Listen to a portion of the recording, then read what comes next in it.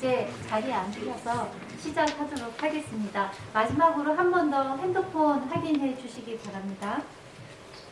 안녕하십니까? 제20대 대통령 후보 초청 정책 토론회 사회자를 맡은 박호선입니다.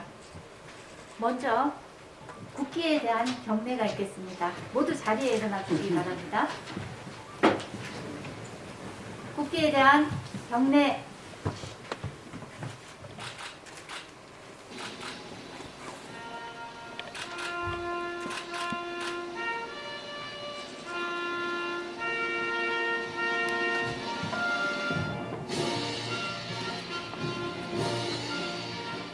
나는 자랑스러운 태극기야.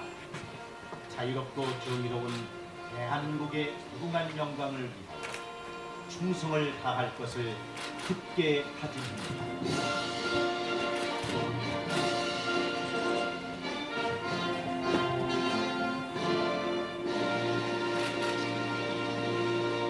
바로 다음은 순국 선열에 대한 묵념이 있겠습니다. 1동 묵념.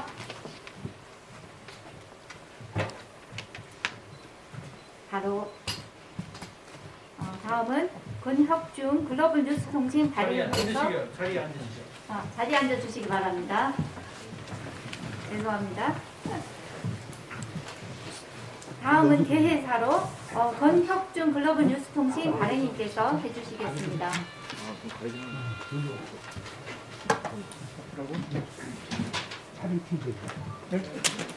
오늘 이 자리에 오신 모든 분들이 내빈입니다. 우리 내빈 모두에게 박수 좀 부탁합니다. 차가 이렇게 밀려서 우리 허경영 후보께서 조금 시간보다는 조금 늦게 왔습니다. 실제 이 국사를 논하다 보니까 시간이 굉장히 바쁘신 분인데 오늘 이 귀한 걸음을 하셨습니다. 안녕하십니까? 권혁중 글로벌 뉴스 통신 발행인입니다. 오는 3월 9일 제20대 대통령 선거에서 대한민국의 국운을 책임지는 대통령을 선출하는 매우 중요한 날입니다. 오늘 제20대 대통령 후보 초청 정책 토론회는 국회 출입기자협의회, 국회학회, 글로벌 뉴스통신이 공동 주최하고 글로벌 뉴스통신이 주관을 하며 여정포럼, 여당의 정책을 연구하는 자유포럼과 사단법인 대한인터넷신문협회, 사단법인 한국신문방송인클럽이 후원을 합니다. 제20대 대통령 후보 초청 정책 토론회는 선거법을 준수하면서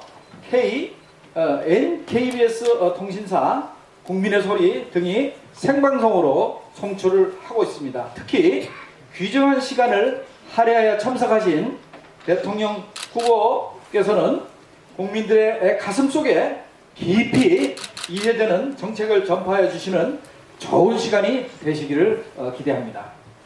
한편 여러 차례 영상회의를 통해서 또는 간담회를 통해서 우리 대통령 후보에게 질문을 준비하신 여러분들에게 깊은 감사를 드립니다. 또한 이 자리에 참석한 모니터단께도 감사의 말씀을 드립니다.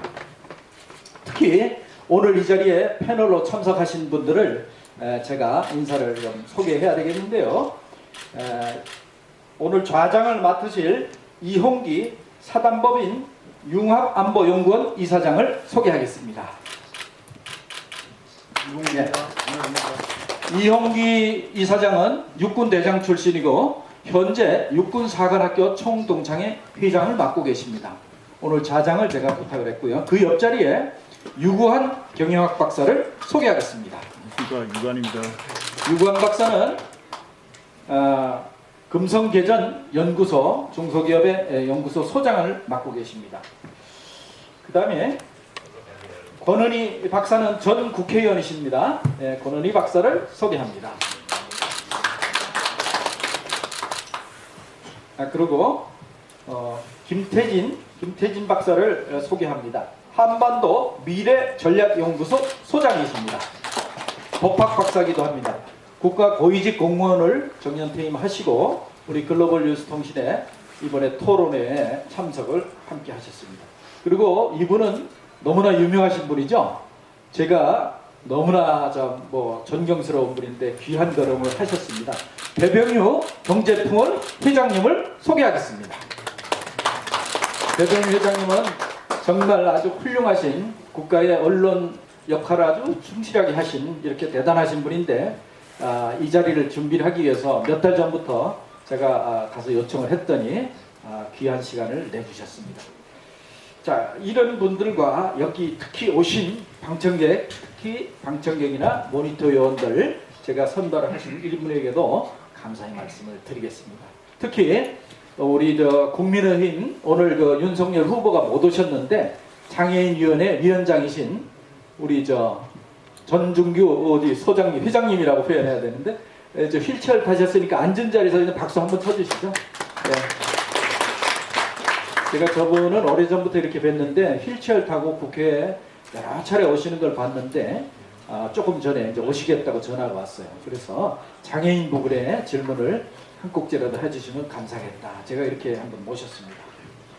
네, 글로벌 뉴스 통신의 공개 모집한 모니터단들하고 특히 공동 주최하는 단체, 완전 잡혀서 안 돼요. 앉아주시고. 소상공인 관계자들 이런 분들이 또 후원 단체들이 이렇게 함께 했습니다. 사실 장소는 협소합니다. 여기 전체 앉을 수 있는 인원이 워낙 제한돼 있어서 초청된 분들만 오게 했다는 점을 국민들에게 좀 양해를 구하면서 이렇게 인사도 하겠습니다. 특히 이 취재를 이렇게 참석하신 분들에게도 고맙다는 말씀을 드리겠습니다. 오늘 이 행사가 만파동원의 물결이 돼가지고 행복한 국민들이 많은 자녀들에게 이 자녀들과 함께 희망을 노래하면서 바로 직장에 웃음꽃이 피는 이런 만발이 되는 그런 부분이 풍광이 이루어지기를 기대하면서 소망을 해보겠습니다. 시청하시는 국민들과 함께 또 함께 하시는 오늘 이 자리에 귀한 걸음 하신 분들에게도 소중한 시간이 되기를 기대하면서 인사에 가름하겠습니다. 감사합니다. 네, 감사합니다. 1부 마지막으로 취재 기념 사진 촬영이 있습니다. 참여하신 분은 앞으로 나와주세요. 흑영영 국가혁명당 대통령 후보님 앞으로 나와주세요. 네, 사진 촬영이 있겠습니다.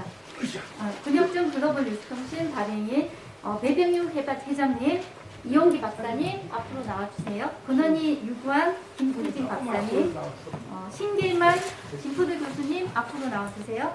전병화 박사님, 유경배 모니터 단장님, 주성민 글로벌 뉴스통신 서울본부장님, 봉필규 한국자영업자 노동조합장님 앞으로 나와주세요.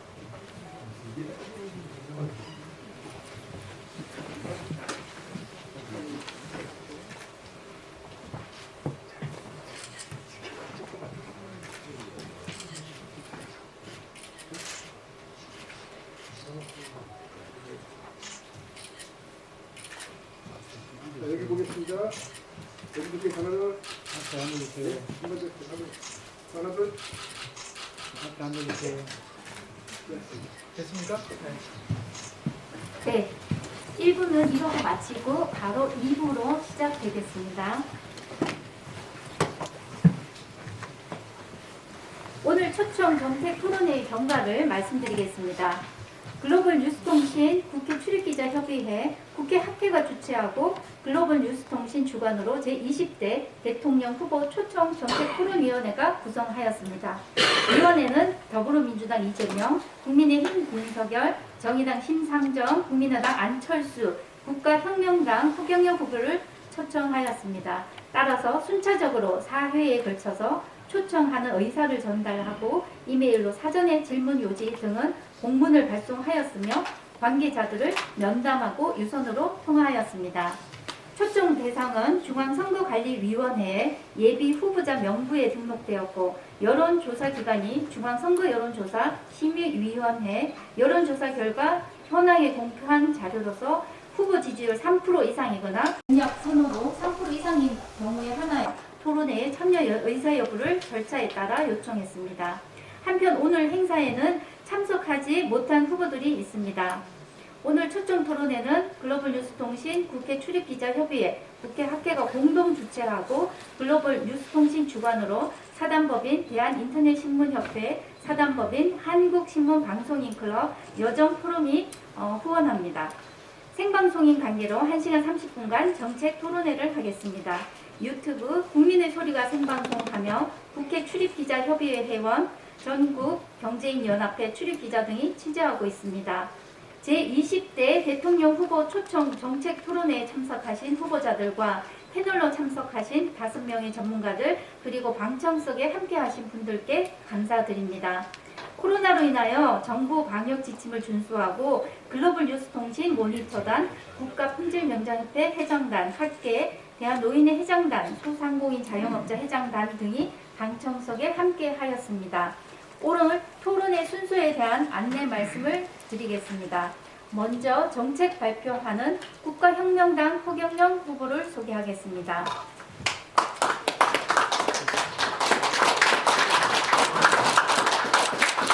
네, 패널 질문자로 참석하신 이홍기 정치학 박사, 사단법인 융합안보연구원 이사장이십니다.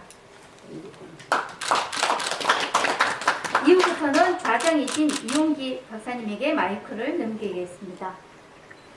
네, 방금 소개받은 이홍기입니다. 이 자리에 함께 해주신 모든 분들께 감사드리고 정말 전 국민들에게 중요한 그런 이 시간에 오늘 좌장의 역할을 맡게 돼서 큰 영광으로 생각합니다. 이 대통령 후보 초청 토론회가 원만하고 그리고 성과 있는 그런 토론이 될 수 있도록 최선을 다하겠습니다. 아까 우리 글로벌 뉴스통신 권 대표님께서 소개를 드렸는데 다시 한번 제가 오늘 질문을 해주실 패널 분들을 안전자리에서 소개해 드리겠습니다. 먼저 배병휴 경제풍을 회장님을 소개합니다.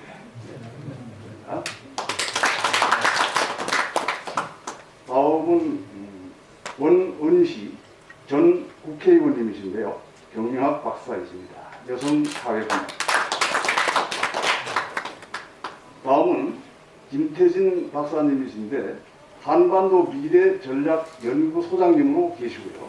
복지 산업 분야에 많은 질문을 하시겠습니다. 다음은 유구환 경영학 박사이신데요. 금성계전 연구소장님이십니다. 정보 공유 분야 아주 유익한 질문을 해주시겠습니다. 그러면 후보자께서 정책을 발표하신 이후에 패널 분들께서는 제가 지명해드리는 대로 차례대로 질의를 하시면 됩니다. 먼저 우리 오늘 이 자리에 귀한 걸음 해주신 허경영 후보님께 정책 발표를 하실 기회를 드리겠습니다. 시간 5분 부탁드리겠습니다. 5분 정도 말씀하십시오. 반갑습니다.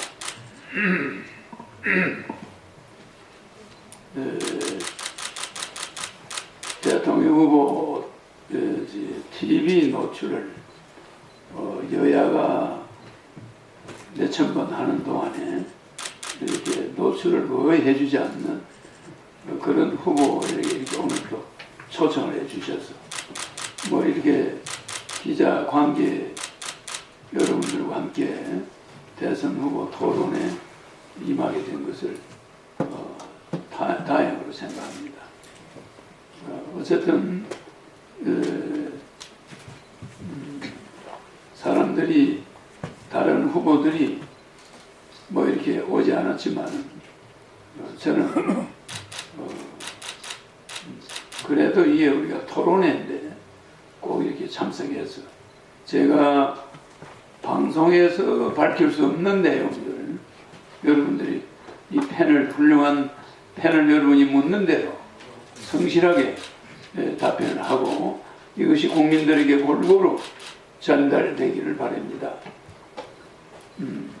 감사합니다.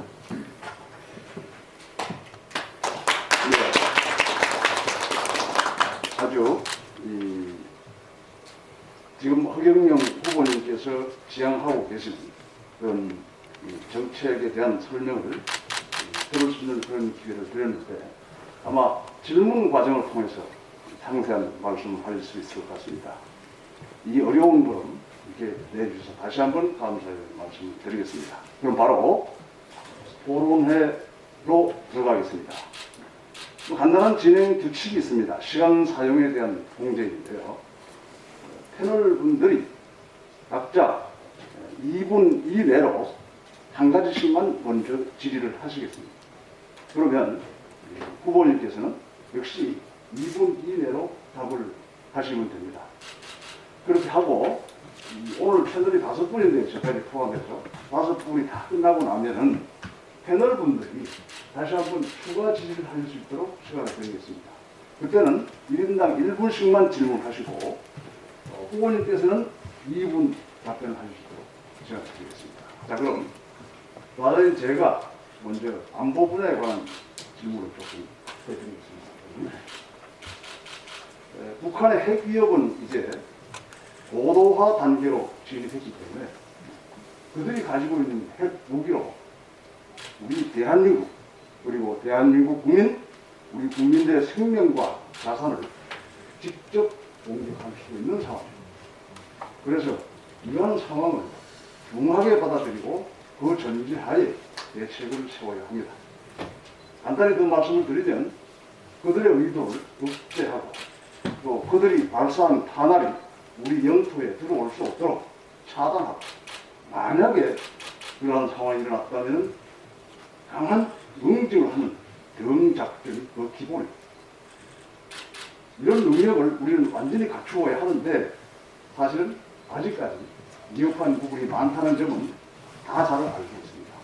그래서 우리 후보님께서는 그런 미흡한 점들이 어떻게 생각하시고 무엇이라고 생각하시고 또 그에 대한 대책은 어떻게 생각하고 계신지 준비하고 계신지 말씀해 주시면 대단히 감사하겠습니다.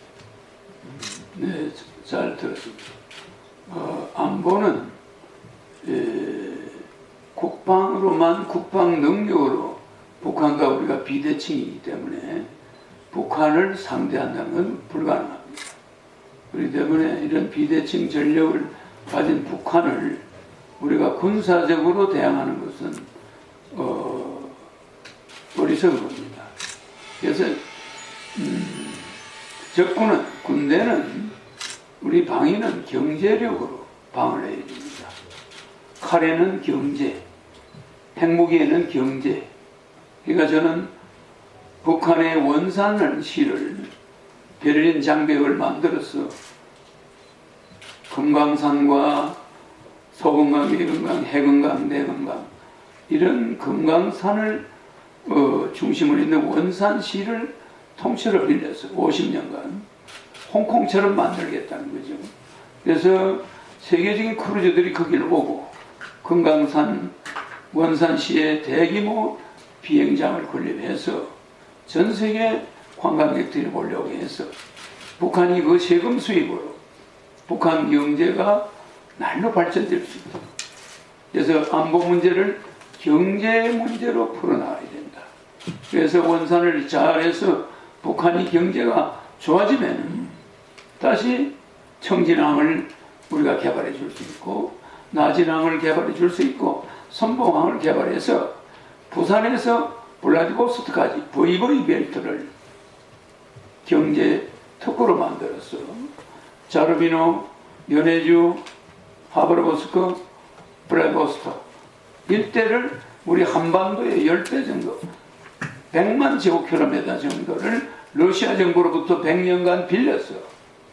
코리아 대한민국 자치주를 만들어내고 거기에 50만 명 이상의 공무원을 보내서 대규모 도시를 만들고 산업 기지를 만들어낸다면 4차 산업의 발전이 동아시아 이 VV 벨트에서 대규모 일어날 걸로 봅니다.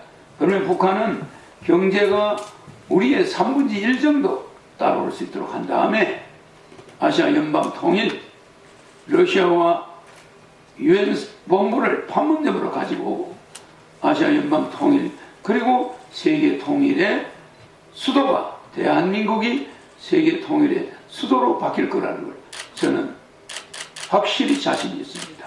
그래서 국가 안보는 반드시 경제로 풀어가야 된다. 김대중 선생의 햇볕 정책이 틀린 이야기가 아닙니다.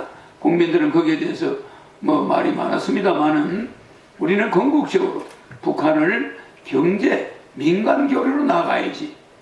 정보 간 교류는 함부로 해서는 안 되고 어떠한 연방제나 이것도 남북적화밖에 없는 겁니다.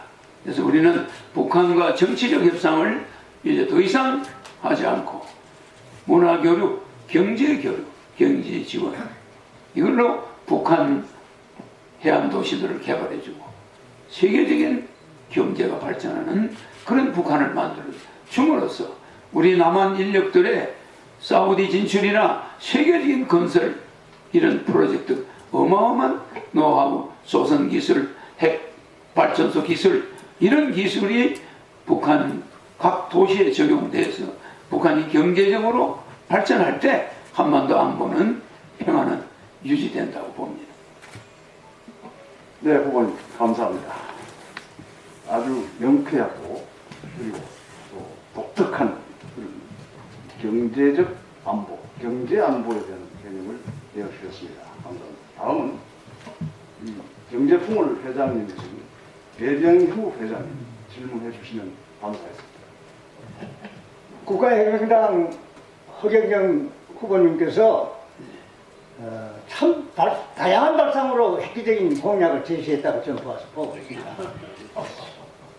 국가 경영을 위해서 많은 검토를 하시고 자료를 검토하셨겠습니다만은 결혼, 출산, 임신, 육아 전 과정을 국가가 도와주겠다. 청소년들의 미래까지 도와주겠다. 엄청난 프로그램이 나와 있는데 실현 가능성이 있겠느냐 하는 것을 저는 개인적으로 조금 의문을 갖고 있습니다. 물론 그 재원 조달 방식이 크게 나와 있습니다. 예산 구조를 혁신하고 지출 혁신하고 또 뭐 이런 말씀도 하셨어요. 나라에 돈이 없는 것이 아니고 도둑놈이 많은 것이다. 도둑놈 잡아서 재정을 끌어들이겠다 그런 말씀을 하셨는데 그것도 보면은 모든 것이 입법 사항이고 규제 개혁 사항입니다. 이게 이제 허경영 후보님 단독 의지로 가지고 해결할 수 있는 한문이 하나도 없습니다. 전부 입법이고 규제 개혁입니다. 특히 의회의 기반이 전무 없는 허경영 후보님께서 허공에 된 말씀 아니냐면 입법할 수 있습니까? 규제 개혁을 할 수 있습니까? 그런 측면에서 실현 가능성이 대단히 의문시됐다. 물론 그저 쭉 나와 있습니다. 그 대가 보니까 고뇌를 많이 하셨겠습니다 하고 봤습니다만 저는 경제기자만 한 30여 년 한 그 일간 안목 가지고 실현 가능성 면에서는 대단히 희박하다. 우선 의회의 기반이 전혀 없습니다. 그리고 뭐 국회의원을 지금 숫자 줄이겠다. 국민들이 다 좋아합니다. 국회의원 정원을 줄이겠다. 정원을 어떤 식으로 줄입니까? 입법사항입니다. 그것도 마찬가지 아니냐. 그래서 좋은 공약을 평가하시면서 좋습니다만은 실현 가능성이 있겠습니까? 라고 한 번 더 묻습니다. 네, 고맙습니다.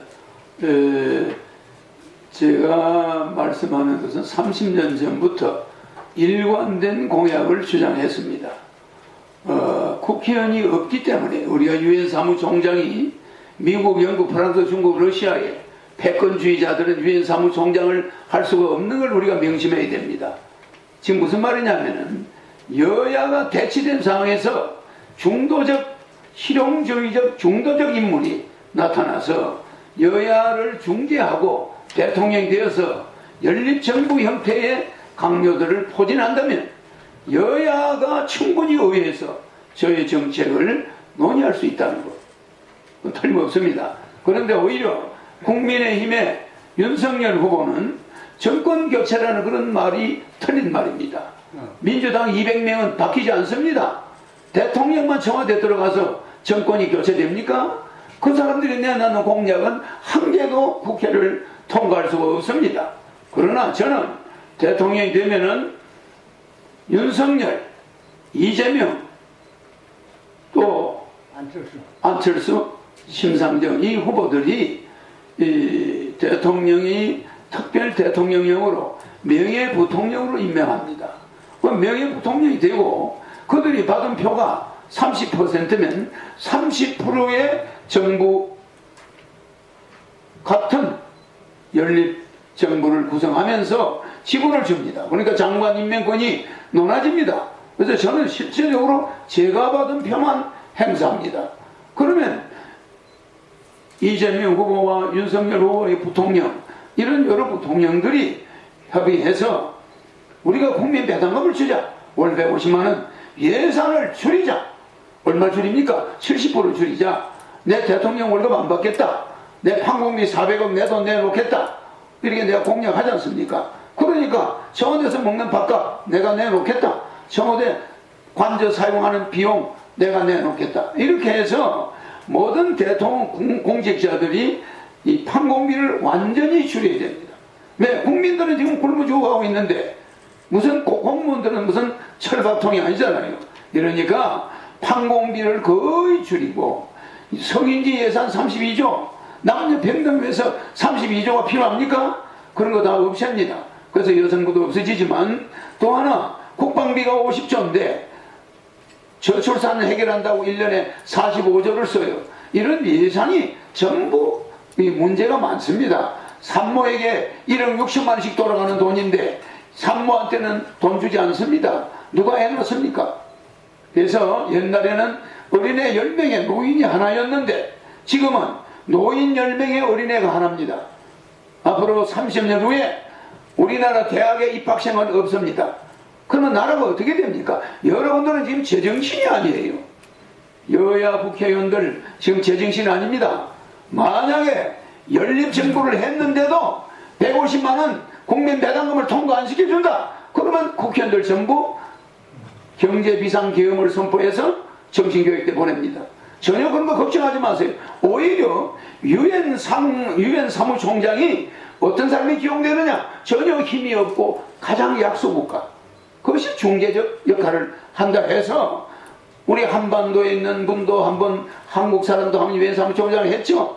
우리가 무슨 파워가 있어서 했습니까? 이와 같이 아무 국회의 의석이 없는 허경영만이 혁명이 가능하다. 어떤 혁명이냐? 연립정부 혁명의 중재자로서 관리자로서 충분히 할 수 있다. 그렇게 생각합니다. 그런 점 염려는 전혀 하지 않아도 됩니다. 만약에 그 예산을 통과해 주지 않는다. 그럼 국민들이 1억 받는 것은 제가 대통령 되면 2개월 안에 대통령 긴급재정 명령권으로 헌법 76조 1항, 2항, 3항으로 해결합니다.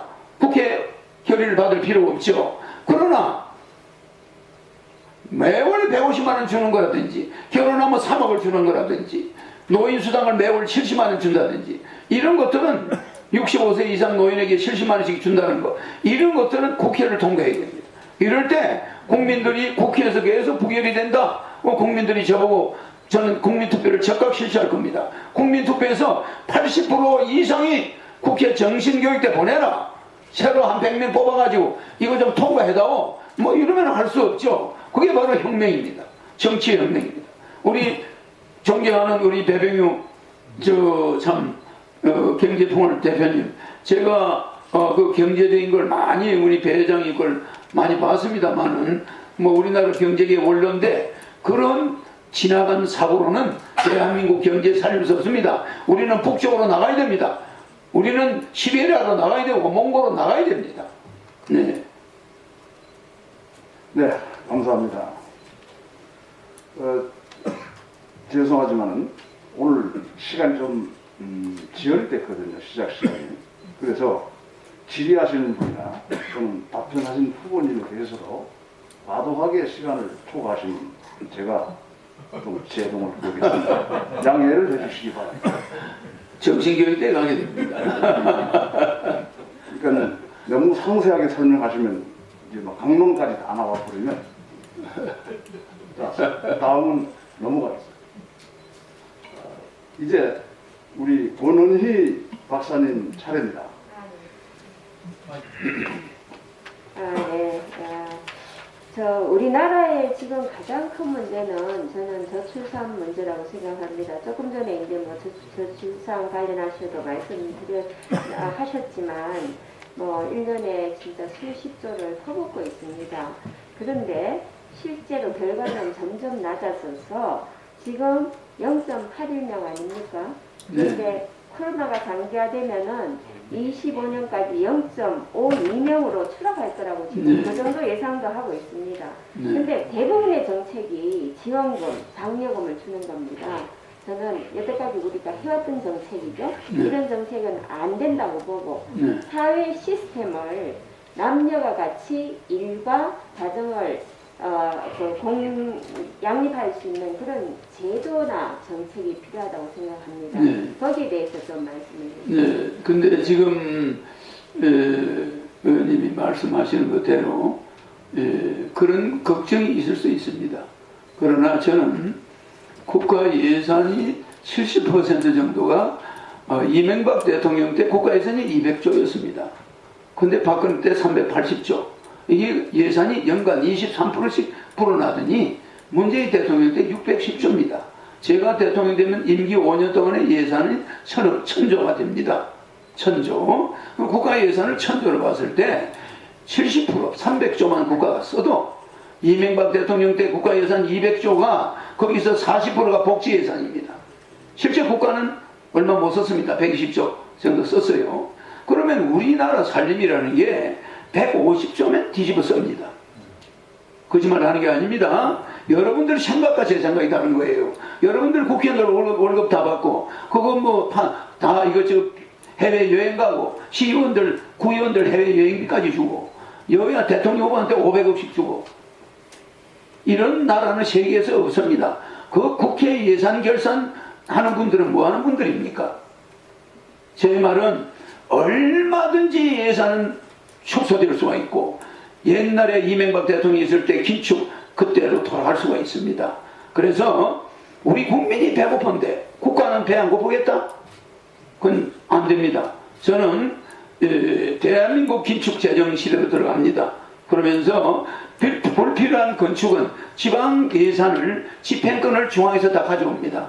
지방세 없앱니다. 국세로 바꾸습니다.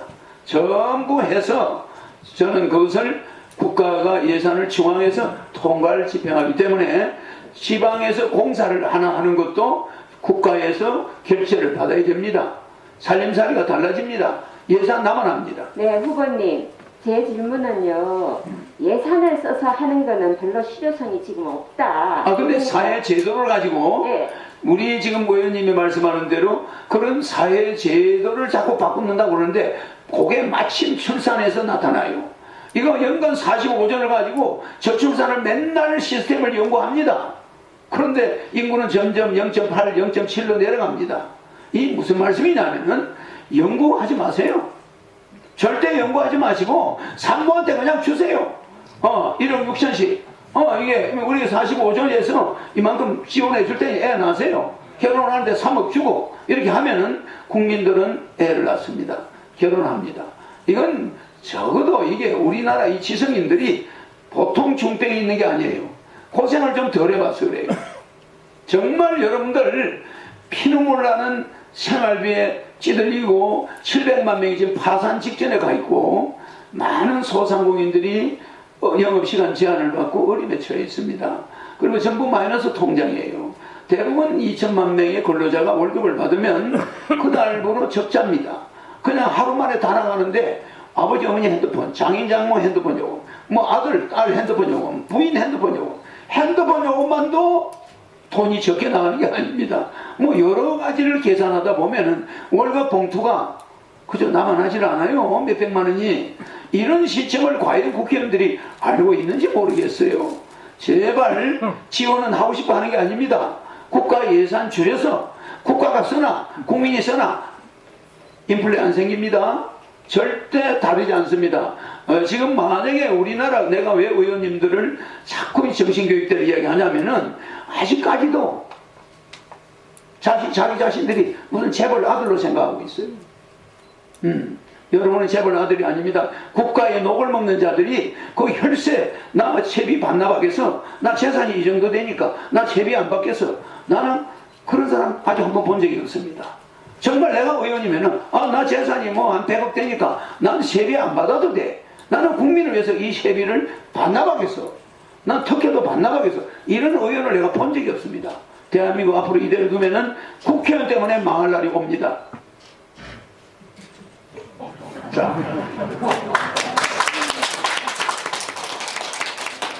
아마 오늘 이 후보님 이제 세 번째 답변 하셨는데 처음으로 박수를 축하드립니다. 정말 축하드리고요. 또 이 시간 사용하시는 것도 아주 기승전결이 명확하면서 잘 진행하고 쓰고 계셔서 좋습니다. 다음 네 번째 이 질의를 해드리겠습니다. 김태진 박사님이신데요. 에너지 그리고 재난안전 최근 아주 중요하게 이슈화되고 있는 이런 문제입니다. 말씀해 주십시오. 만나서 반갑습니다. 저희들이 이 행사 준비를 하면서 우리 박사위원회 한 3, 40명이 모여가 토론들을 여러 번 했는데 그때 우리가 카피를 뭐로 했냐면은 국민의 뜻으로 후보자의 진심을 봅니다 하는 나름의 어떤 그런 얘기였습니다. 오늘 저희들이 진심을 바로 보는데 좀 국민들도 바로 볼 수 있으면 좋겠다는 생각을 하자면 그 현답이 돼야 되는데 지금 일반론적 보시면 아시겠지만 질의서가 가 있습니다. 특정 어떤 후보에 맞는 게 아니라 국민들의 보통의 수준에 맞는 그런 공통된 질문을 하다 보니까 조금 박진감이 떨어지는데 답변을 너무 박진감 있게 해주셔서 좀 잘 진행이 되는 것 같습니다. 여기 10년 전에 2012년도에 사실은 대통령 선거 때 아마 복지 이슈가 터져 나왔습니다. 이거는 뭐 퍼주는 거냐 뭐냐 하는데 그런 논의들이 이제 우리 허 후보님이 그 다음 이제 후보로 나오시면서 이 복지 문제들이 손에 잡히는 그런 얘기들로 이제 됐습니다. 그래서 그대 담론은 등장을 했는데 오늘날 후보들이 이제 그 복지와 관련된 이런 공약들을 보면 전문가들이 좀 조각 파편화된 그런 어떤 정책을 내놓는다는 그런 지적들이 있습니다. 뭐 이를테면 이미 그 여가부 폐지나 병사들 200만 원 문제는 제가 보니까 허경영 후보님 공약에 이미 다 소상하게 밝혀져 있는 이런 부분들인데 이제 중원부원하면서 그걸 이제 이슈로 끌고 가는 이런 측면을 보면서 후보자마다 구성하는 이런 것들이 과연 종합적인 복지 대책이 국가 차원에 좀 있는가 하는 이런 의문을 해봤습니다. 그래서 기왕에 이제 조금 아까는 좀 큰 차원에서 그 말씀을 하셨다면 조금 국가 차원의 종합복지 대책의 어떤 주요 골자 손에 딱 잡히는 그거를 좀 말씀해 주시고 또 많은 국민들이 궁금해하는 재원 조달 방안이 과연 이 실천 가능한 어떤 걸 담보하고 있는가 하는 데 대한 의문 해소 차원에서 그 부분을 좀 말씀해 주시면 감사하겠습니다. 네, 감사합니다. 제가 이제 대선에 당선이 되면은 제일 첫 번째 특징이 복지 예산이 없어집니다. 복지 예산은 국가에서 지불하지 않습니다. 국민 배당금이라 해서 월 150만 원과 노인 65세 이상 70만 원, 노인들은 220만 원씩이죠. 그것이 지급됩니다. 그래서 부부 440만 원이 노인들은 돌아갈 때까지 받습니다. 물론 대통령 당선되자마자 2달 안에 1억을 주니까 가족들이 한 4, 5억이 들어올 겁니다. 집집마다. 그래서 가계부채 2,000조를 갚게 할 것이에요. 그럼 복지 예산을 왜 없애냐? 의료보험료는 중산층까지는 내지 않습니다. 상류층이 내는 의료보험은 더 인상됩니다. 그래서 그건 충당합니다. 또 국민연금 폐지되면서 지금까지 낸 사람들은 혜택을 보지만 중도에 포기하겠다는 사람은 낸 것을 해소할 수가 있습니다. 그래서 일반인은 국민연금을 내지 않습니다. 의료보험료도 내지 않습니다. 복지 예산 없습니다. 예. 왜 이렇게 하냐? 예. 우리나라는 세계 10위 경제 대국인데 부익부 빈익빈이 어느 나라보다도 심해가지고 부가 한쪽으로 너무 편중되어 있습니다. 이래서 이것이 사회 문제로 자꾸 대두되고 있어요. 그래서 저는 모든 국민이 골고루 복지를 받아야 된다. 그건 뭐냐? 복지가 아니다. 우리나라 돈이 전체가 7경입니다. 5천만 명 나누면 1인당 14억씩을 국가에 맡겨놨어요. 주식회사 대한민국 대표는 문재인 대통령이지만은 그 회사 직원들은 정치인, 국회의원들입니다. 근데 그 사람들이 회사 수입을 다 써버리고 국민들인 주주에게 돌려주는 게 없어. 그래서 매월 14억을 맡긴 국민들에게 150만 원씩을 주겠다. 돌아갈 때까지. 노인들은 220만 원씩을 주겠다는 거예요.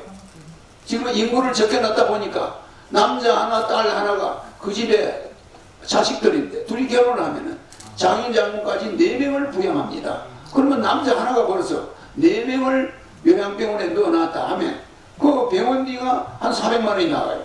그 월급 가지고 어렵습니다. 그 부인하고 같이 벌어도 어려워요. 그러면 국민 배당금이 나오면 내 노인이 얼마가 나오냐면 880이 나옵니다. 880이 나오니까 400만 원 공제하고 아들, 딸한테 돈을 400~500만 원 줄 수가 있어요. 이렇게 젊은이들이 그 인구는 줄어드는데 부양가족은 늘어난다. 이런 어려움에 처해 있습니다. 그래서 앞으로 서민들이 이 저축하기 어려운 이런 구조, 이거는 부익부 빈입비를 국회의원들이 만들어냈어요. 그래서 어떻게 해서든 간에 국회의원들이 후원금을 받다 보니까 이런 사태가 온 겁니다. 기업으로부터 후원금을 자꾸 받으려고 하다 보니 국회의원들이 편법으로 후원금을 쪼개서 받고 이러다가 우리나라 망쳤습니다. 그래서 부익부 빈입비를 바로 잡아야겠고, 그래서 의료보험료나 국민연금이나 이런 것을 가능한 돈 많이 버는 기업들이 부담을 많이 하고 경제력이 있는 사람들이 부담합니다. 그래서 저는 복지 예산은 없는 대신에 국민이 받아야 될 거, 국민배당금 그거는 확실히 돌려주겠답니다. 강서구에서, 양천구에서 옛날에 몇 년 전에 구청 말단 공무원이 복지 예산 82억을 횡령했습니다. 신문에 났습니다. 방송에도 나오고. 어떻게 횡령했느냐? 서민생활보호대상과 기초생활보호대상에게 주는 돈을 자기가 아는 사람 통장으로 전부 여기저기 집어넣어가지고 82억을 횡령했어요. 지금 주고 있는 복지 예산은 모든 국민이 받는 게 아니다 보니까 그 복지 이 예산이 중간으로 뭐 잘 아는 사람 위주로 다 세버려요. 뭐 어디 가서 뭐 직장에 잠깐 뭐 아르바이트 해줬다고 복지 그 기본생활비 주던 거, 기초생활비 주는 거 싹 차단해버리고 자기 아는 사람한테 싹 줘버리고, 이거 말입니다. 믿을 수가 없어요. 국가 복지 예산의 지출, 지금 예산의 40%가 복지 예산인데 이거 지출 명시해서 보면 가슴이 목에서 피가 올라와요. 여러분들은 숫자가 억조경, 해자양, 구간, 정제극, 하나나 불무, 동그라미가 96개입니다.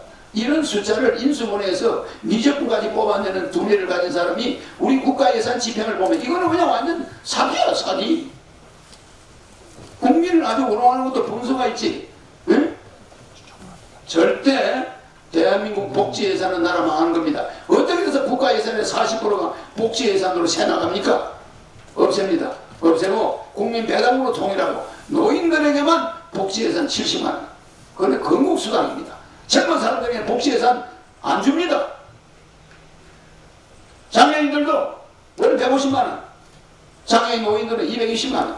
모든 것이 국가 배당금으로, 국민 배당금 150만 원으로 일률적으로 통일하기 때문에 통장에 꽂히지 않은 사람은 즉각 신고하면 돼요. 왜 내 통장에 복지예산 국민 배당금 안 들냐? 국민 배당금은 우리가 주식 투자한 데 대해서 받는 금액이에요. 그런데 이재명 후보가 준다는 그거 뭡니까? 기본소득 그거 뭡니까? 우리가 거짓입니까? 월 8만 원씩 받게. 그건 복지 예산입니다. 왜 복지 예산을 추경 예산을 만들어서 1년에 50조니 100조니 사면서 예산을 정액합니까? 예산을 아껴서 쓰면 충분히 쓰는 걸 추경 예산을 왜 만듭니까? 그러니까 국민을 우롱하는 것도 본수가 있죠. 우리가 뭐 거짓입니까? 아버지가 자식 보는데 창피하지. 어떻게 8만 원을 받으면서 아버지 기본소득 받았다. 이런 말을 할 수가 있습니까? 그렇기 때문에 우리나라의 예산 40%의 복지 예산 이거 없으면 나라 망합니다. 전부 부익부 빈입비를 만들어내는 거예요. 네, 수고하셨습니다. 이제 5번째 질문으로 수고하겠습니다. 유구환 박사님, 동원지 부탁드립니다. 네, 안녕하십니까. 유구환입니다. 저희들이 지금 현재 4차 산업혁명 시대에 접어든 시점에 아날로그 시대에서 디지털 시대로 지금 전환이 많이 되고 있지 않습니까? 그리고 모든 집안의 휴대폰도 사용하고 있고요. 근데 정보통신 발전을 이렇게 이어가고 있는데 사소한 사고들이 지금 많이 발생하고 있습니다. 그래서 국가 안전망까지 두절되는 경우도 있는데 지금 현재 이 시점에서 정보통신 재난안전 대형 시스템 구축이 필요하지 않나, 저는 이런 생각이 좀 듭니다. 후보님 의견을 좀 듣고 싶습니다. 네. 지금은 정보산업 시대입니다만은 머지않아서 우리는 양자산업 시대로 들어갑니다.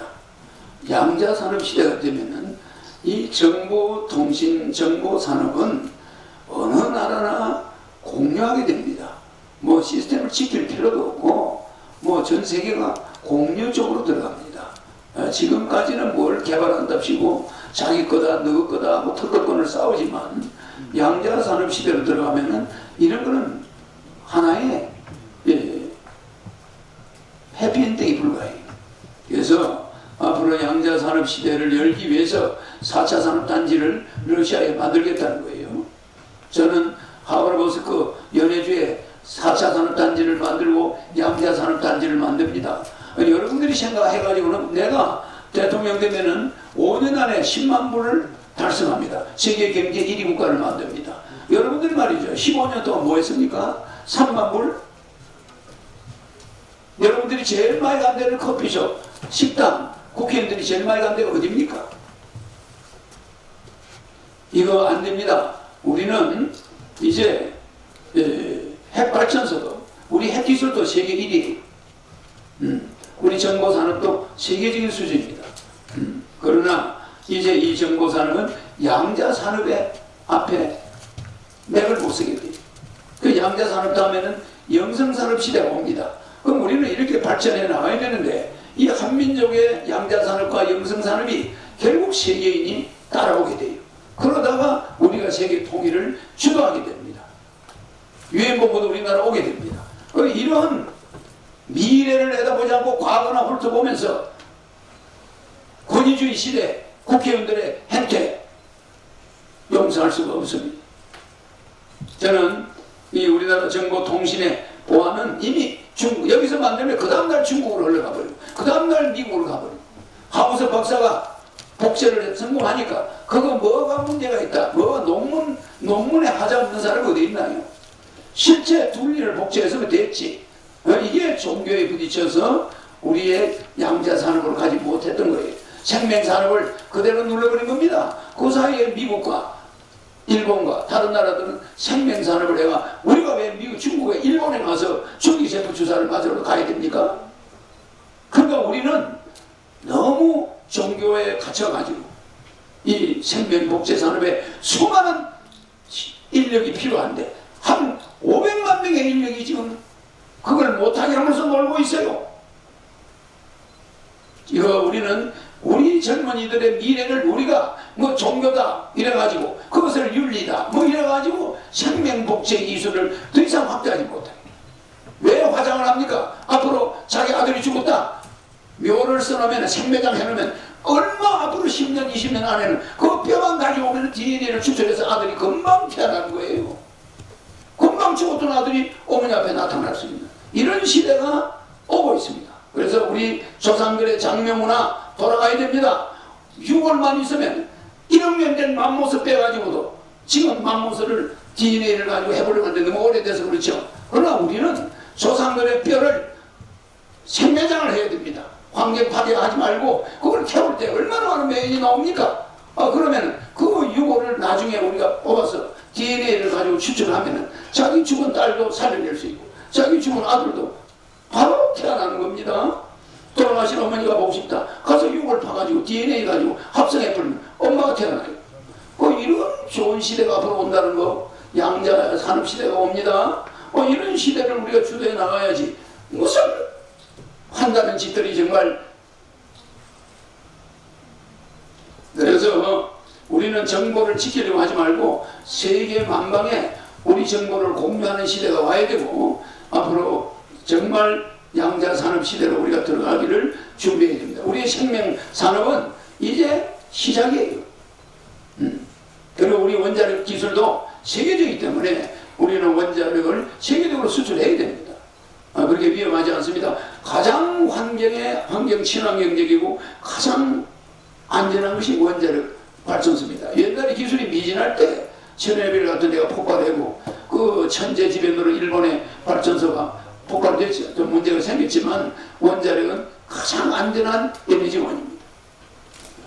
네, 감사합니다. 지금 이제 그동안 잘 진행이 되어 왔는데요. 추가적인 질의를 할 수 있는 시간입니다. 이제 오늘 약속된 시간이 이제 3시 30분이거든요.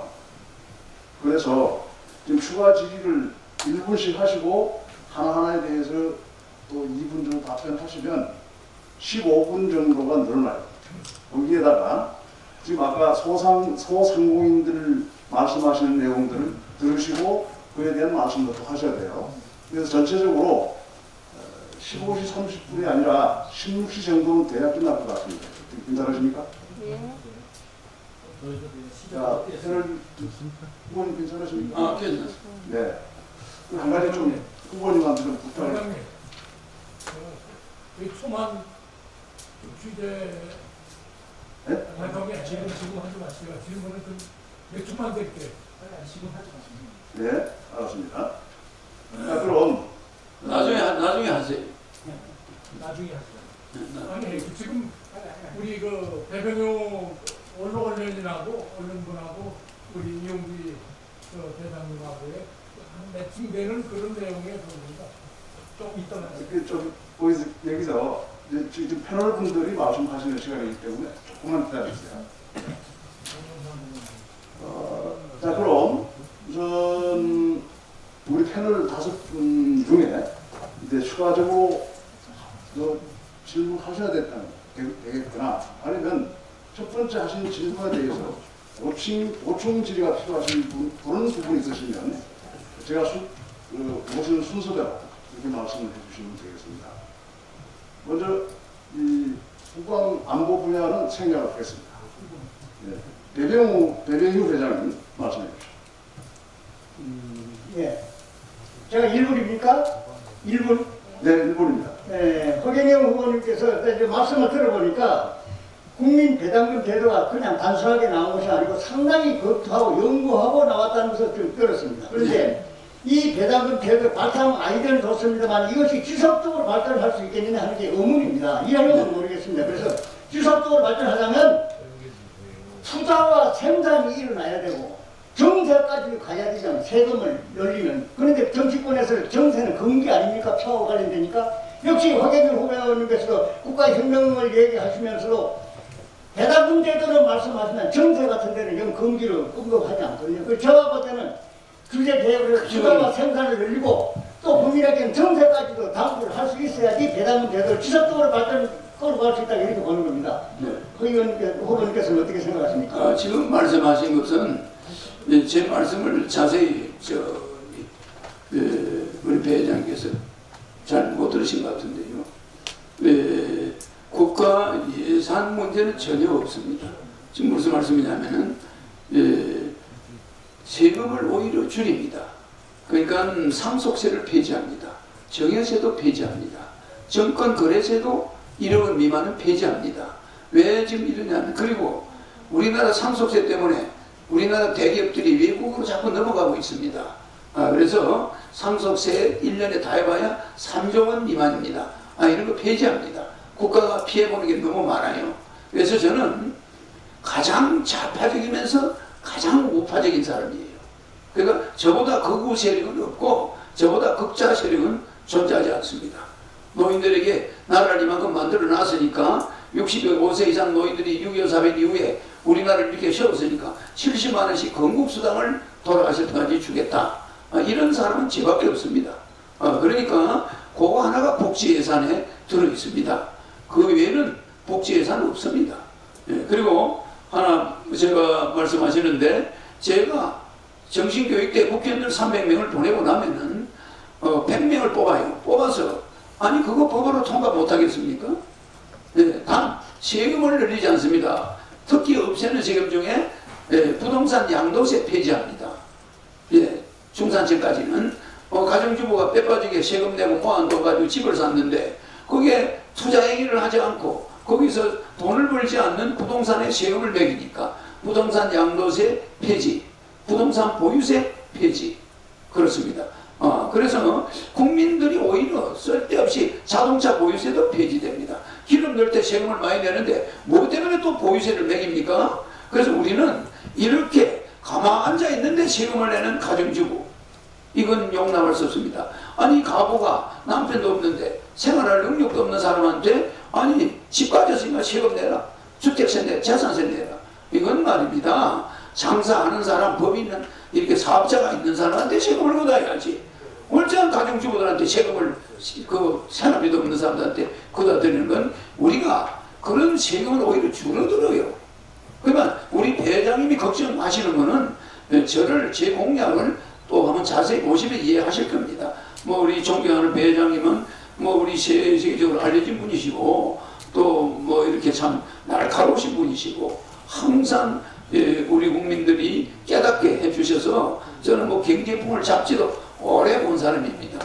그래서 평소에 존경하기 때문에 회장님 말씀에 대신 무슨 이의를 제기한 게 아닙니다. 예산은 걱정할 일이 없습니다. 아껴 써서 어쨌든 노인들에게 우리가 효도 좀 하고 살아보자.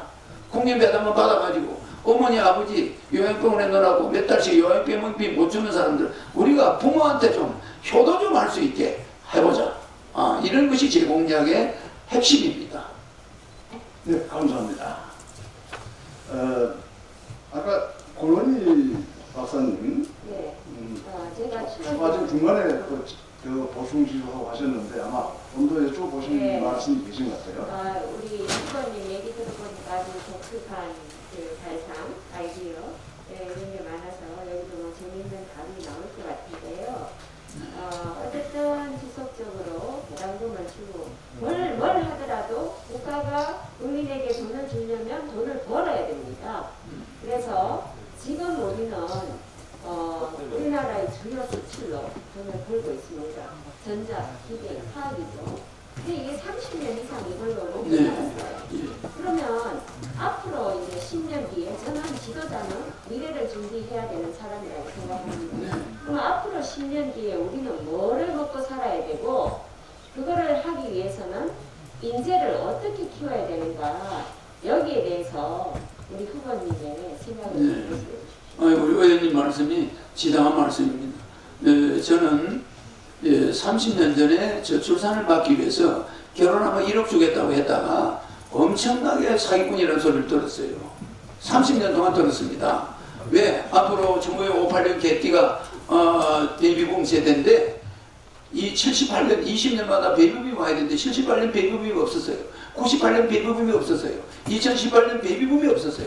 그러니까 초등학교가 3,600개가 없어지고 어린애 10명에 노인 1명 있던 나라가 어린애 1명에 노인 10명의 나라로 바뀌었습니다.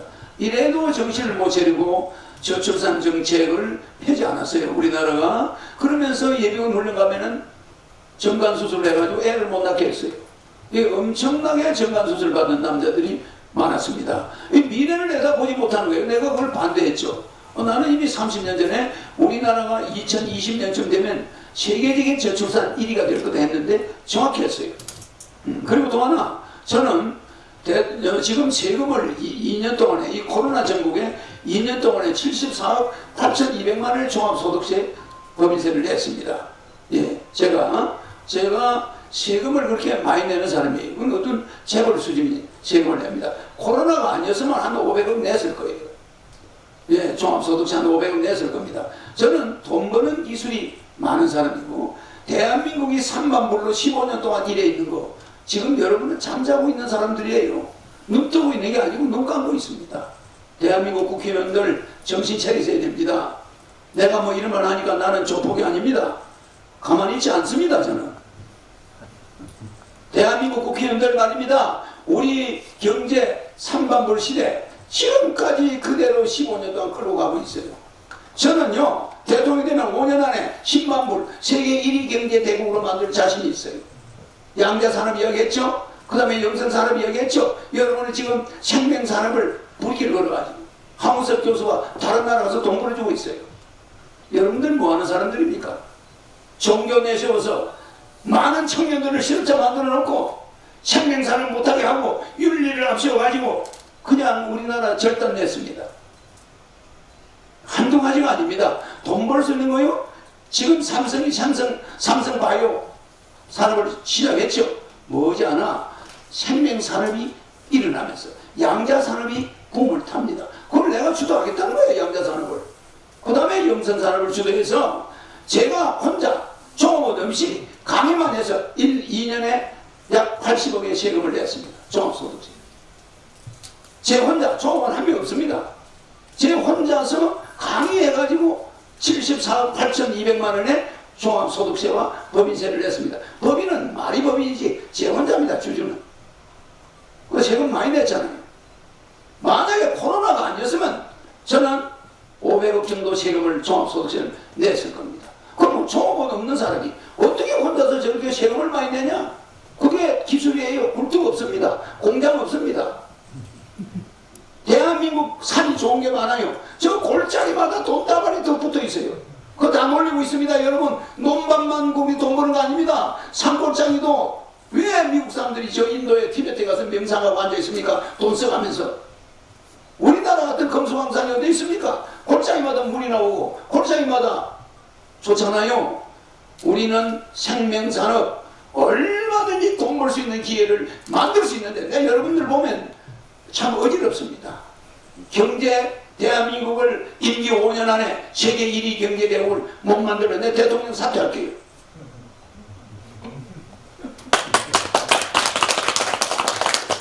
수고하셨습니다.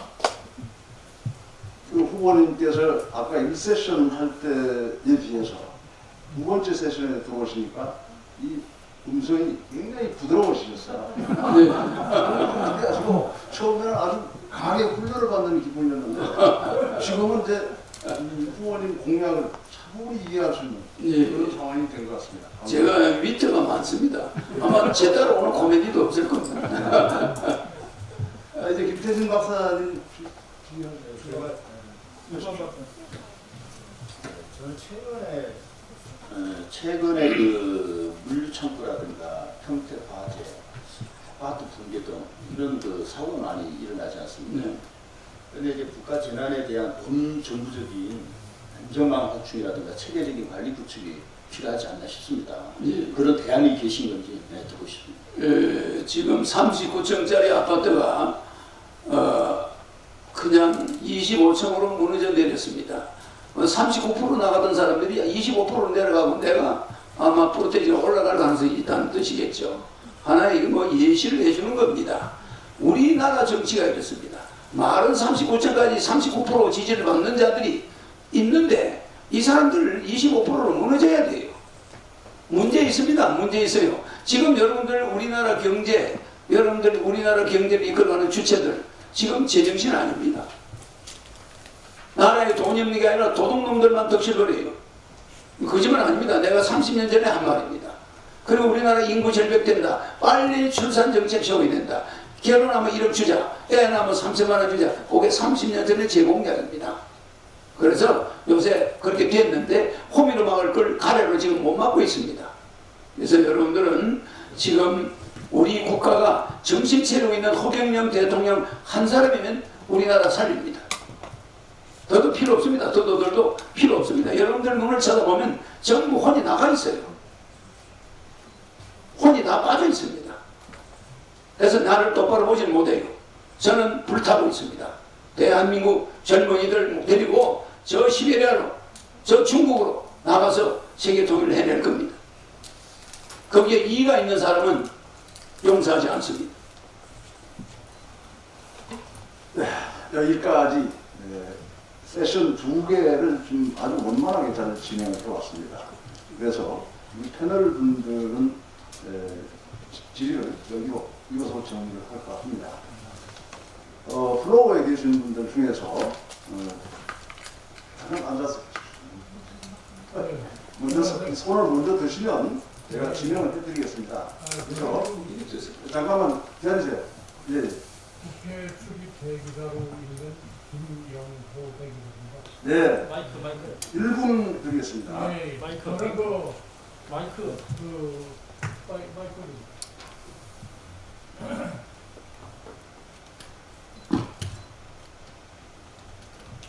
패널 여기 프로에 계신 분들이 말씀하시는 시간 관계상 3분으로 제한할까 합니다. 3분으로. 네.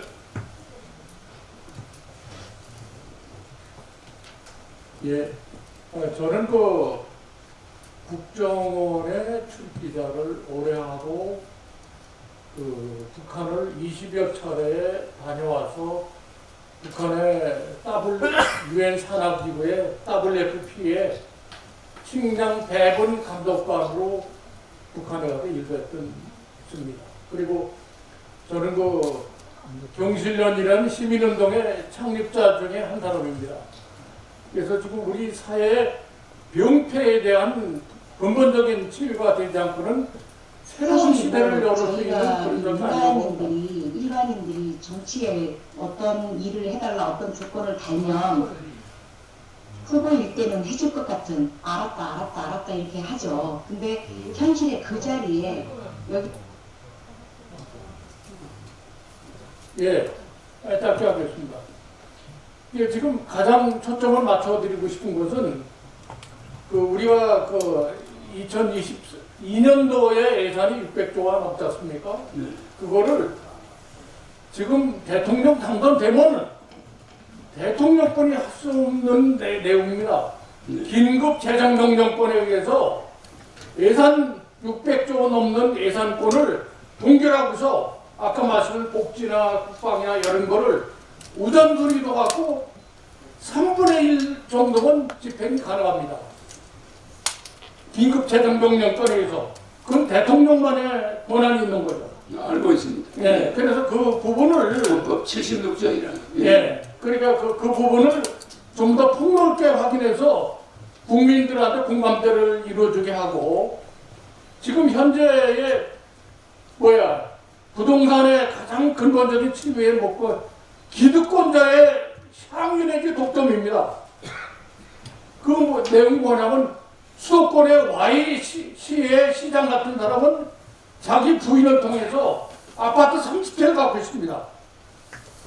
그리고 예치시 해서 그런 적들이 전부 다 인허가권을 갖고 있는 그 시장 분수들이 전부 다 지금 독점적인 형태에서 부동산이든 개혁이 안 되고 있습니다. 그러니까 그런 저기를 혁명적인 결단을 갖지 않고는 국가 개혁을 못합니다. 실행이 따라야죠. 우리 선생님 말씀은 질문 내용은 분명한 것 같습니다. 됐죠? 네, 고맙습니다. 선생님 말씀은 제가 잘 들었습니다. 그 무슨 무엇 때문에 말씀하시는지도 제가 이해를 합니다. 우리가 한문이 세 가지 뜻이 있습니다. 한문의 3대 요소, 모양과 뜻과 소리죠. 그와 같이 우리 선생님이 하시는 말씀에 그 뜻을 또 소리에 또 그 모양을 이해합니다. 제가 그래서 우리나라의 모든 국가 예산을 완전 분석해가지고 30년 전부터 해왔고 국가 예산이 1년에 불어나는 23%씩 이렇게 증가해가는 이 이유가 모든 걸 알고 있습니다. 그래서 국가 재정을 어떻게 운용해야 이게 예산이 제대로 되는가. 그래서 국회의원을 100명으로 줄이려고 하는 것이고 국가의 비용을 70%까지 줄일 수 있다. 이걸 이야기하는 거예요. 또 하나는 특징은 돈을 버는 기술이 무궁무진하다. 저는 여러분들의 지능과는 좀 다릅니다. 그래서 생명산업과 양자산업과 또 영성산업으로 대한민국에 쓰지 않는 이 산업지대를 우리 돈을 버는 곳으로 만들어서 전혀 걱정이 없는 돈 걱정하고 살지 않는 그런 사회를 자신 있습니다. 그래서 지금 말씀하시는 대로 예산에 대해서는 걱정 안 하셔도 됩니다. 그리고 우리가 시베리아나 몽고로 진출을 하면서 한민족이 북쪽으로 뻗어나가야지 동서감정으로 자꾸 연루되는데, 그래서 전라남도와 경상남도를 전경도로 바꾸고 경상북도와 전라북도를 경전도로 바꿔버리고 충청남북도와 강원도를 충강도로 해버리고 경기도는 서울특별시로 바꿔서 이 반도에는 3개의 도가 남아있고 동서를 화합해버립니다. 그러나 경상도 전라도 말은 앞으로 금지됩니다. 쓰지 못하게. 이렇게 해서 국민들이 동서 화합을 해가지고 북으로 우리는 진출해 나가면서 북한과는 군사적인 충돌도 없으면서 북한 경제를 일으켜주는, 이렇게 우리의 진정한 경제 성장의 기술, 독일이 150년 걸린 걸 우리 박정희 대통령이 15년 만에 만들어냈듯이 우리나라는 이런 훌륭한 지도자가 나오면은 90력이 딱 모이면은 세계를 리드할 수 있습니다. 네, 염려하지 마십시오. 감사합니다. 아까 먼저 손을 좀 빨간 목소리 하신 빨간 목소리 하신 분, 네, 말씀하시죠. 마이크. 예. 잠시만. 지금 오라는 쪽 네. 마이크를 좀 왜 마이크를 안 해? 동영상. 아니 지금 네네네, 알겠습니다.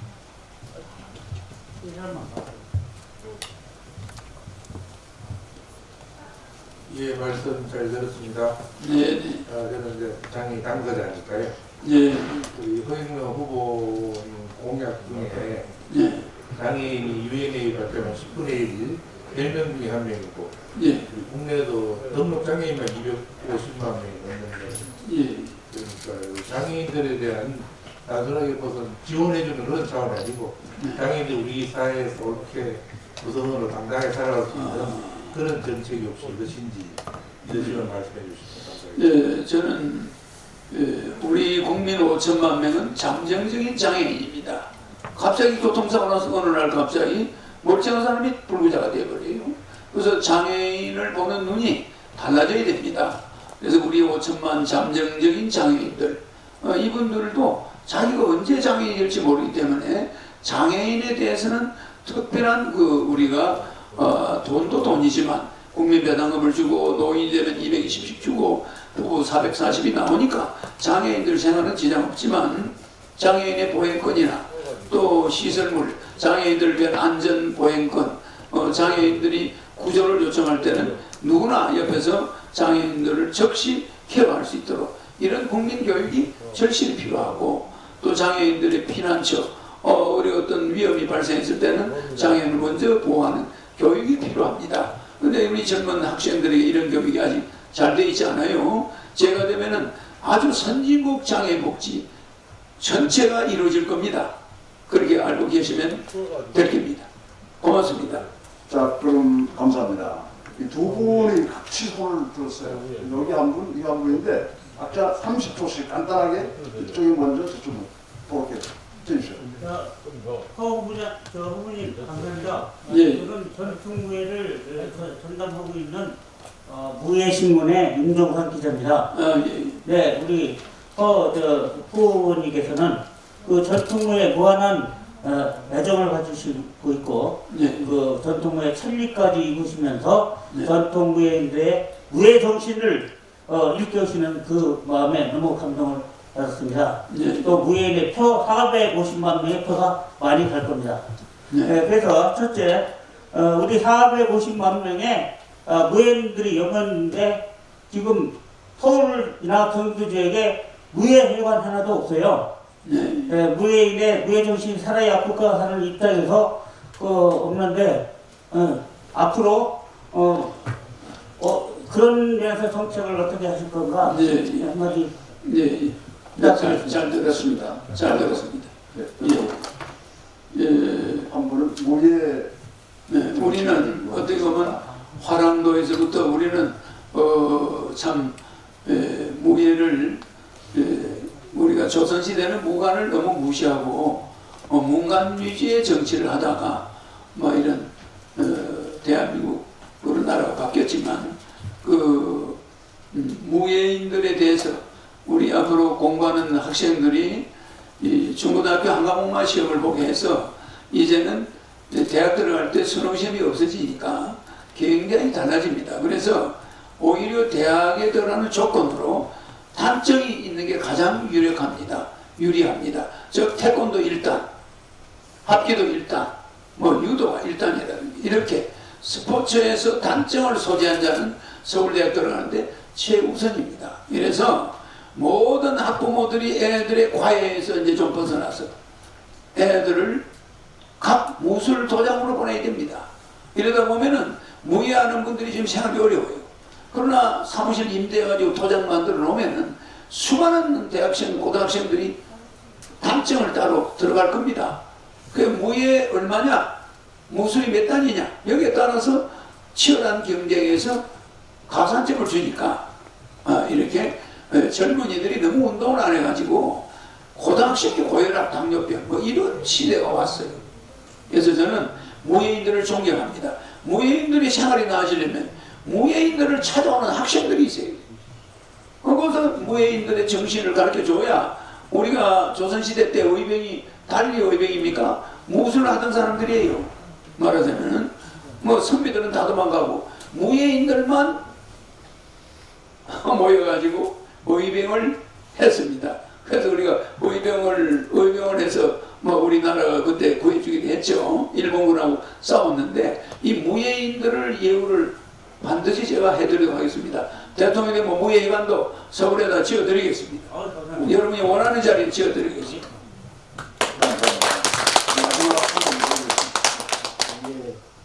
저에게 이런 기회를 주셔서 너무 고맙고요. 바쁘신 일정에 초경영 후보님께서 참석해 주시게 감사드립니다. 저는 우리나라 전통 문화인 떡에 대해서 제안을 드리고자 합니다. 떡은 거대 역사적으로 내려오는 우리나라의 음식이며 대소사에 필수적으로 등장하는 음식입니다. 그럼에도 불구하고 지금 우리나라의 떡에 대한 교육 시스템이 전무한 상태예요. 왜냐하면 떡 조리과학 고등학교가 있는데 사실 떡 과목만 빠졌습니다. 그래서 이 부분에 대해서 정부에서도 좀 관심을 가지고 이 떡 산업이 세계적인 음식으로 발전할 수 있게끔 좀 도와주실 수 있는 정책을 제가 알겠습니다. 잘 들었습니다. 제가 대통령이 되면은 전 국민에게 생일날 생일 선물을 보내는데 나이가 30살이 넘은 사람은 떡을 보냅니다. 떡을 보내는데 하루에 30만 명의 생일자가 나타납니다. 그들에게 1살짜리든 2살짜리든 100살이든 생일날 생일떡을 대통령이 보내요. 그 안에는 금일봉 10만 원이 들어있고 대통령 생일 축하 카드, 또 그 안에 대통령의 격려 편지가 들어있습니다. 그리고 대통령이 보내는 야전 잠바, 대통령 마크가 찍힌 잠바 노인들이 입을 때 아주 좋은 잠바를 넣어놓고 거기에 생일떡을 넣어줍니다. 그러니까 이게 박스가 이만해요. 이것이 생일날만 딱 되면 집에 배달이 돼요. 그러면 국민들이 이걸 받으면서 독신 가정이 많습니다. 이걸 받을 때 부모 생각을 하게 돼요. 이게 우리 어머니 아버지가 없는데 이렇게 대통령이 생일떡을 보내주는구나. 이러면은 이 떡을 어떻게 생산하냐? 각 지역에 떡을 만드는 공장들이 그쪽 지역의 생일떡을 책임지게 되니까 지역의 떡이 굉장히 발전됩니다. 그러니까 뭐 진주는 진주 지역의 떡 공장들이 동원되어 떡을 만들어야 생일날 보낼 거 아닙니까? 예, 진주 경상남도 지역은 경상남도 떡 공장들이 발전이 될 거고 전국이 이런 떡 공장들이 발전되게 되어 있습니다. 마침 또 떡을 질문하시네요. 그래서 저는 30살 미만은 생일 케이크를 보내는데 빵 공장들이 이제 발전될 거고 30살 넘은 사람의 생일은 떡을 보내는데 왜? 두고 먹으라. 두고 좀 그걸 잡수라고 이제 떡을 보내니까 케이크는 그날 다 먹어야 되니까. 이래서 제가 준비한 공약은 아주 섬세합니다.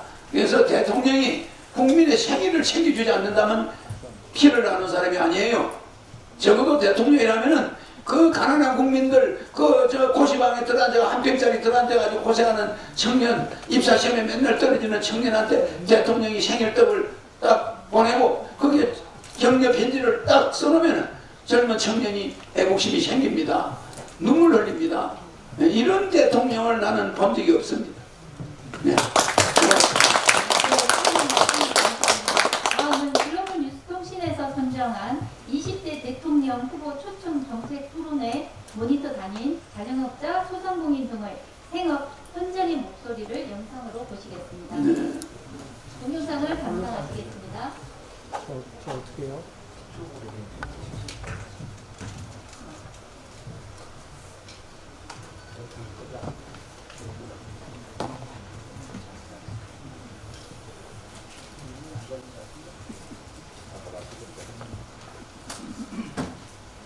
사실 뭐 저희가 이 민간인들이 일반인들이 정치에 어떤 일을 해달라 어떤 조건을 달면 후보일 때는 해줄 것 같은 알았다 이렇게 하죠. 근데 현실에 그 자리에 여기 남자 선생님들 많이 계시는데 다 그 사람이 그 사람이더라고요. 들어가면 다 변해.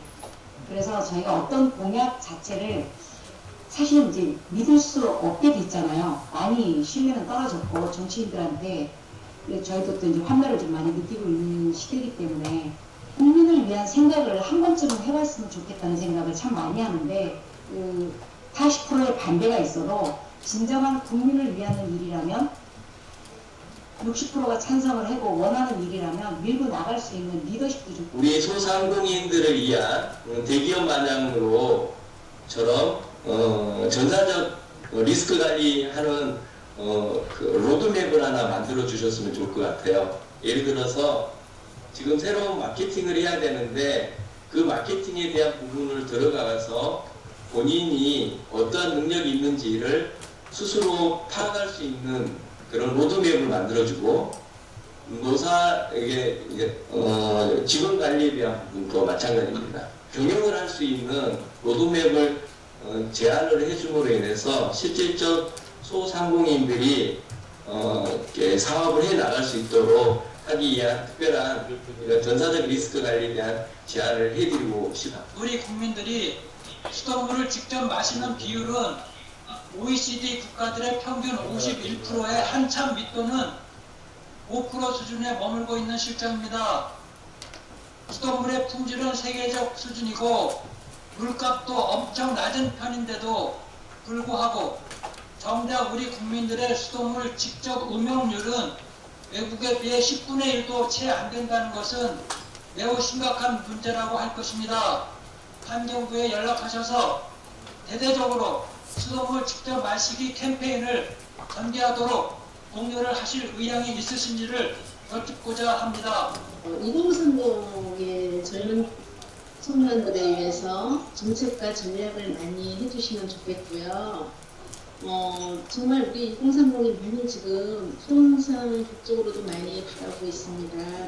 정말 우리 대한민국 청년들이 앞으로 잘 살 수 있게 이렇게 해주시는 정책을 많이 마련해 주십시오.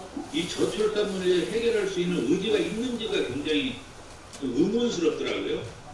그래서 이 못 낳는 사람 30-40%만 이 사람들 확실하게 얘기를 낳으려고 해도 못 낳는 경우니까 이것만 해소해준다 그러면은 당장에 지금 30만 명대가 40만 명, 50만 명대로 올라갈 수가 있습니다.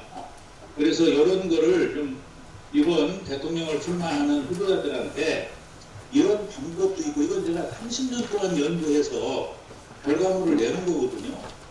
근데 이거를 국가가 받아들이려고 안 하는 거예요. 그래서 이런 건 좀 제대로 정책으로 좀 더 반영을 시켜줬으면 하는 바람입니다. 국방위 협회를 부장을 맡아왔다가 지금 현재 보자 전통 문화 음식이며 실제 모든 또 음식에 대해서 그야말로 부분적으로 일부 이렇게 신경을 쓰는 부분이 있지만 전반적으로 통합적으로 신경을 쓰고 발전을 위해서 애쓰고 있지 않습니다. 실제 한국 전통 음식은 김치는 상당히 오래전부터 노력을 해가지고 세계연맹도 알려진 걸로 알고 있습니다. 떡도 마찬가지입니다. 실제 미국에서 들어오는 빵은 전 세계적으로 어마어마한 자리를 차지하고 있음에도 불구하고 떡이 오히려 더 우수한 식품이고 건강 먹거리임에도 불구하고 어떻게 보면 부조적으로 먹고 있다 이렇게 판단이 됩니다. 그래서 우리나라의 그 조리과학고등학교라고 해서 음식 쪽에 그 전문 고등학교가 몇 개 있습니다. 그런데 가서 보니 실제 뭐 한식, 중식, 일식, 뭐 양식, 하다못해 뭐 저희가 적반까지 있어요. 근데 떡은 없어요. 우리나라에서 제일 크다는 떡조리과 고등학교를 제가 가서 하루 뭐 견학을 하고 왔는데, 제가 알아본 바로는 바둑고등학교, 골프고등학교도 있음에도 불구하고 떡고등학교가 없어요. 그러다 보니까 실제 대학에서는 떡 과목을 취급하는 학교가 극히 한두 개 정도밖에 안 되니까 발전될 수가 없습니다. 왜냐하면 교육이 받쳐줘야 사람이 발전이 되는데, 그렇지 못한 부분에서 떡을 포함한 한류 전통 음식에 대한 전문 고등학교와 대학교를 설립을 제안하고자 합니다. 그리고 그것을 활용해서 한국한 공동 음식 축제나 세계 음식문화 축제 같은 것을 제도화해서 하면 상당히 우리나라가 세계적인 먹거리의 한 축을 담당하지 않을까 감히 말씀드리면서 뭐 여러 후보님 모두에게 이 제안을 드리고자 합니다. 여러 후보님 모두에게 이 제안을 드리고자 합니다. 소상공인이 살아야 대한민국이 있는다라는 그걸 꼭 명심하셔서 잘 정책이 펼쳐졌으면 좋겠습니다. 제가 말씀드리고 싶은 거는 카드 결제 금액 상향 조정에 대해서 말씀을 드리고 싶은데요. 지금 현재는 카드 결제 금액에 하향이 없습니다. 500원도 카드 결제를 하고요. 1000원도 카드 결제를 하기 때문에 카드 결제를 좀 상향을 해서 했으면 어떨까 하는 마음을 가지고 있습니다. 이거에 대해서 어떤 생각인지 여쭤보겠습니다. 한국의 미래를 위해서 교육의 개혁이냐, 교육의 개선이냐 필요한 시기가 왔다고 보여집니다. 현재 대통령 후보들은 명확히 미래의 세대들을 위해서 뚜렷한 교육 정책이 없다고 보여집니다. 정치는 곧 미래입니다. 청년들의 생애 주기를 보면 결혼, 출산, 유아, 유치원, 초등, 중등, 대학, 취업, 다시 결혼 이런 생활 주기를 거쳐가고 있습니다. 거기에 필요한 교육 정책을 말씀드리고자 합니다. 초중고 학년 개선이 필요하다. 633 제도에서 422 제도로 전환이 필요하다. 어린이집에서 2, 3년 정도 교육을 받고 유치원에서 1, 2년 정도 조기교육을 적게는 3년에서 많게는 5년을 받고 초등학교에 입학을 하는 방식입니다. 중복교육으로서 필요성이 떨어질 뿐더러 또 사교육비도 절감하는 효과를 맞추어 초등학교 4학년, 중학교 2학년, 고등학교 2학년 제대로 변화해야 된다고 생각이 듭니다. 대통령 후보님께 세 가지를 제안드리겠습니다. 첫 번째는 FTA를 통해서 청년 일자리 100만 개를 만들 수 있다는 것을 말씀드리고 싶습니다. 잘 아시는 것처럼 자연인들은 취직하기가 쉽지만 전문인들은 취직하는 제한들이 굉장히 많습니다. 왜냐하면 자격증이 있어야 되거든요. 쉽게 말하면 자격증을 상호 보완할 수 있는 MRA 프로그램을 통해서 청년 일자리를 만들 수 있다는 것을 강력하게 요청드립니다. 두 번째는 문정부에서 소득 주도 성장형의 경제 정책을 추진하도록 추천하고 있었는데 굉장히 많이 어려워졌습니다. 그래서 다시 선진국이 대부분 시행하고 있는 투자 주도 성장 경제 정책을 추진해 주실 것을 강력하게 당부드립니다. 세 번째입니다. 이런 대통령 후보가 대통령이 되었으면 좋겠습니다. 지장, 용장보다는 득장의 대통령 후보가 됐으면 좋겠습니다. 국민의 눈물을 닦아주고 국민들의 아픔을 보듬어 줄 수 있는 그런 대통령이 되기를 강력히 희망합니다. 다시 말하면 정말로 진정으로 자유를 사랑하고 정직을 신조로 삼아 살아가는 대통령 후보, 그런 후보가 대한민국. 네. 후보께서 현정의 목소리에 대한 정책을 발표해 주시면 감사하겠습니다.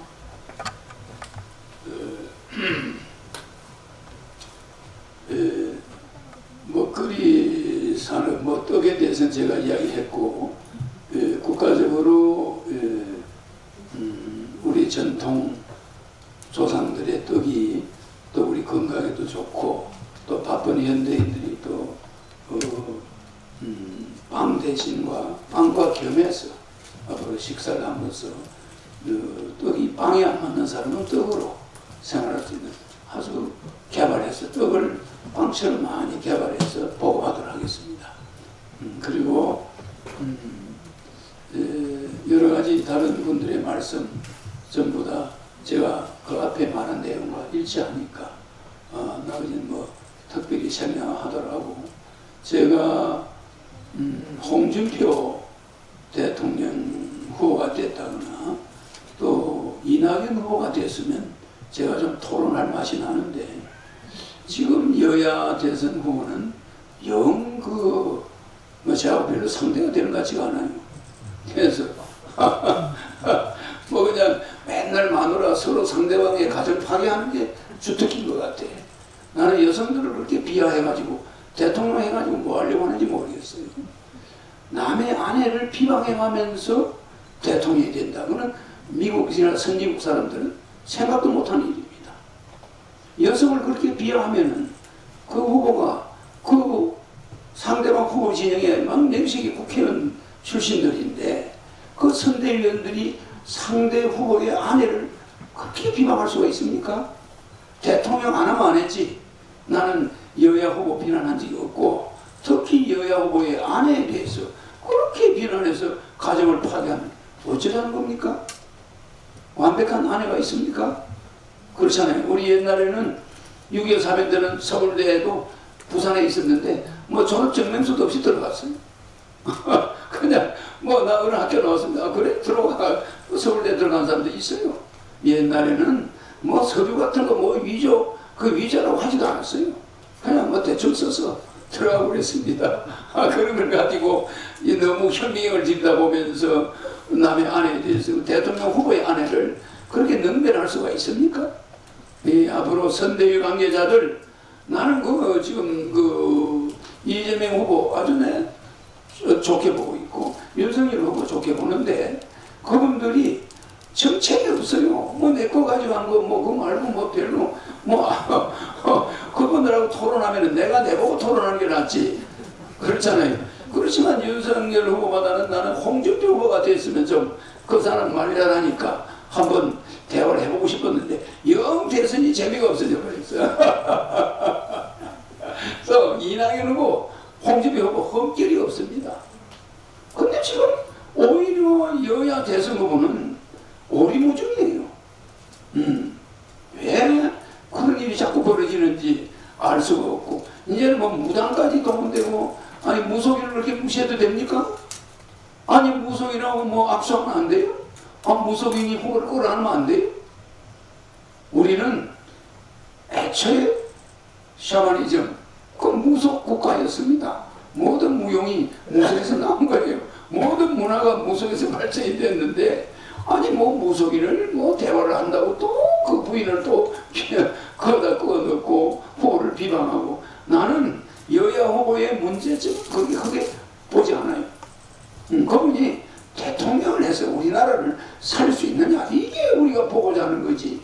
그 사람 부인들, 내가 보기에는요, 윤석열 후보와 이재명 후보가 토론은 잘 못하겠지만 잘한 게 있다면 장갑이 잘한 것 같아.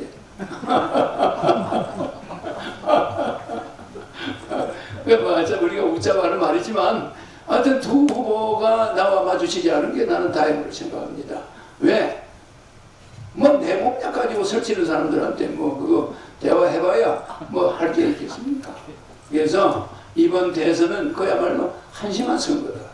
정말 대한민국 대통령 선거에 여야 후보가 이렇게 오리무중하고 안개 덮여 있는 시절은 없었다. 정말 윤석열 후보가 공약을 남발하고 있지만 국회 대통령 되면 청와대에서 200명의 정권을 잡고 있는 민주당 국회의원들이 그거 들어줄까요? 헛공약입니다. 헛공약. 아무 말도 되지도 않는 이야기를 떠들어봐야 국회에서 하나도 통과가 안 돼요. 그러나 내것이 국회의원이 없는 사람은 중재적 자리에서 연립정부를 구성하면서 중재자를 하겠다. 한마디로 말해서 사회자 역할을 하겠다는 거예요.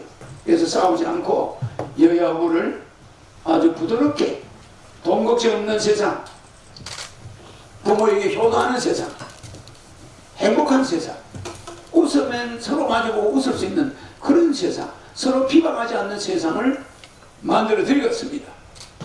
감사합니다. 토론은 여기까지 마치겠습니다. 마지막으로 함께하신 국가혁명당 홍영표 후보께 감사하다는 말씀을 드립니다. 박수 한번 드리죠. 분들과 방송국에 선택하신 분들 모두 소중한 시간을 내어주셔서 감사드립니다. 이용기 박사님 마지막으로 한 말씀 부탁드립니다. 네, 감사합니다. 귀한 시간 이렇게 내주신 이경용 후보님께 먼저 감사드리고요. 오늘 원만하고 또 의미 있는 그 토론이 될 수 있도록 귀중한 질문을 해주신 패널 분들께 진심으로 감사드립니다.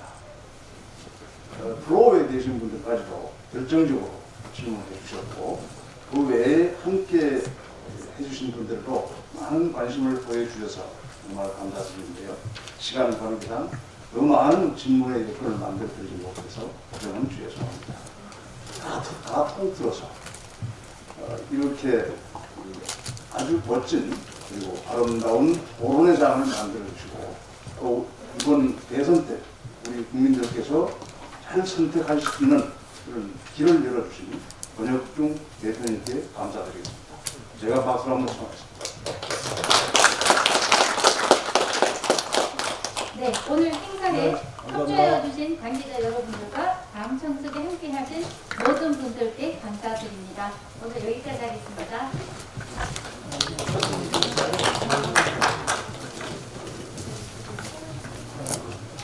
사진